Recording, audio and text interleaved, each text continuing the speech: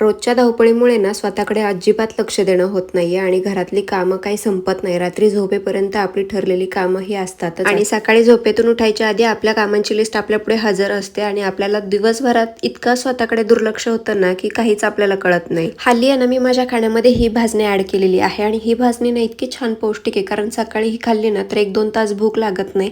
आणि मी माझ्या माऊला सुद्धा तीच भाजणीचं आता आहे ना थालीपीठ, मुगाचे डोसे किंवा मग प्रोटीन तिला ती भाजणीने मी दुधात मिक्स करून जरी दिली ना तरी तिला खूप जास्त छान वाटतं. आणि लहानांपासून मोठ्यांपर्यंत वेट गेन करण्यासाठी म्हणजेच वजन वाढवण्यासाठी ही भाजणी खरंच खूप जास्त फायदेशीर आहे आणि त्याचा रिझल्टही खूप जास्त छान आहे. आणि तुम्हाला जर ही भाजणी हवी असेल ना तर मला DM करा, मी तुम्हाला लिंक शेअर करते. आणि बर्थडे स्पेशल जवळ येतोय त्याच्यामुळे मग काहीतरी मॉलमध्ये माझ्यासाठी वस्तू पाहण्यासाठी गेलो होतो, पण मला काहीच आवडलं नाहीये.